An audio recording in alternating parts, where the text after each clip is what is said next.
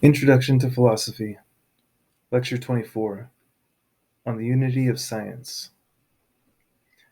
As we've discussed previously, one of the predominant views in the sciences is what could be called materialism or physicalism.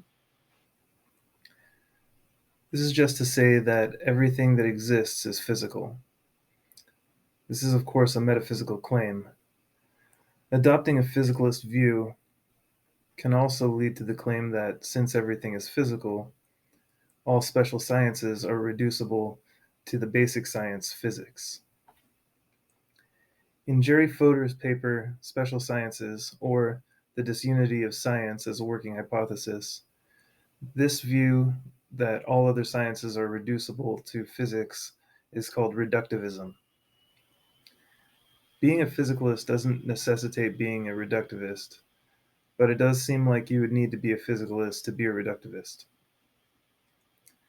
So, the way this reducibility is supposed to work is by what Fodor calls bridge laws.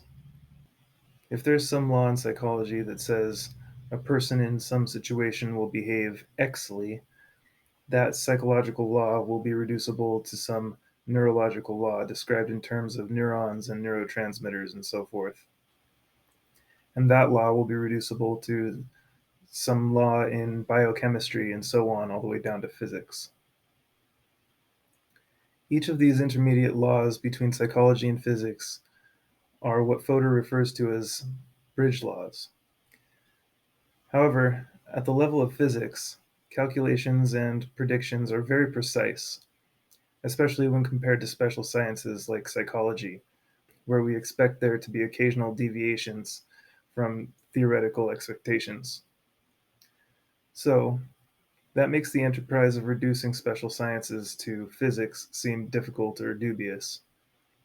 As an example of this difficulty with reducing sciences, Fodor examines economics, specifically Gresham's law. Gresham's law basically states that bad money will drive good money out of circulation in an economy.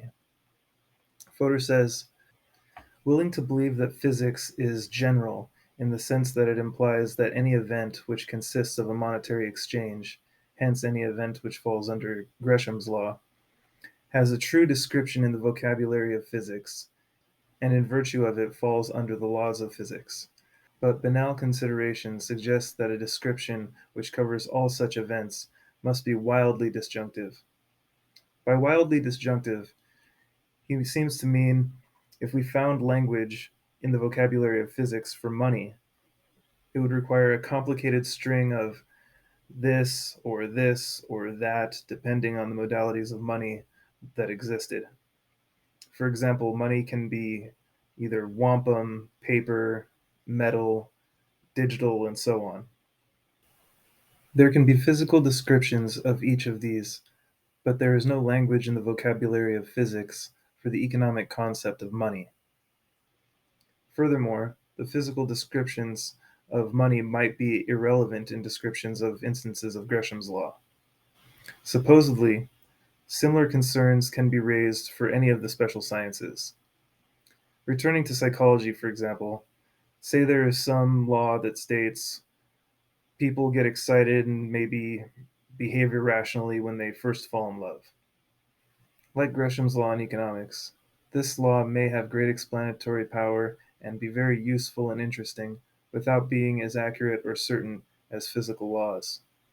Furthermore, even though there are identifiable physical states for excitement, irrationality, and love is not in the vocabulary of physics. And as every instance of falling in love is likely unique, redescribing those instances seem only to provide a law, if you could call it a law, for a situation that has happened already, but will likely never happen again the same way, making the reductivist analysis seem pointless. However, the looser laws of the higher special sciences will still have explanatory power in a way that makes them widely applicable, despite not being 100% in application 100% of the time. So it seems that even though we can accept that all things may be physical, it doesn't seem likely that all of the special sciences are reducible to the basic science, physics. This paints a picture of supervenience between the sciences. One science, or level of reality, can be said to supervene on another if the lower level of reality, or more basic science, gives rise to the next higher level. However, as Fodor shows using Grisham's law, even though all things may be physical, that doesn't clearly mean that there will be a more basic law necessitating the higher. It doesn't seem to follow that the laws at any level must be fully operative at some other level, higher or lower. Of course, I haven't completely worked this argument out, though someone else may have, but the supervenience relationship between higher and more basic levels of reality and science might indicate a limitation on the types of determinism that impact human behavior. Perhaps human behavior cannot be explained or determined by strictly physical laws, thus rendering us determined by forces that we are more comfortable accepting, such as social, political, or economic forces. Indeed, we may hope that we are sensitive to such forces and hope further that those forces impact our decisions for acting. But this last bit is kind of a stretch and needs to be worked out more thoroughly. Furthermore, one might object on theoretical grounds that even though the project of reducing special sciences to physics would be wildly complicated, and though we are unclear about how non-physical terms like love and money could find their way into the vocabulary of physics, it doesn't follow that reduction is impossible. Recall our previous discussion of Laplace's demon.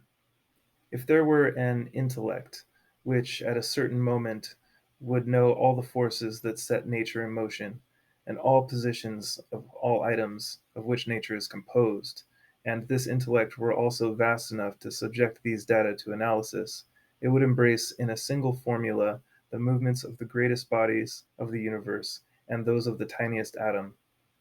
For such an intellect, nothing would be uncertain, and the future as well as the past would be present before its eyes. It could be argued from this that special sciences are reducible to physics, but doing so requires processing power beyond human abilities. A superintelligence, like Laplace's demon, would be able to tell us if they are actually reducible. But in the meantime, until superintelligence is available for a consultation or a demon shows up, we'll just have to wait, and we'll probably meet God before either of those become available anyway.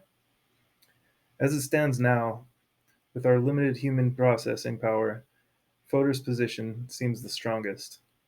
But what the irreducibility of the sciences means for free will, determinism, and the nature of persons is left for us to think about.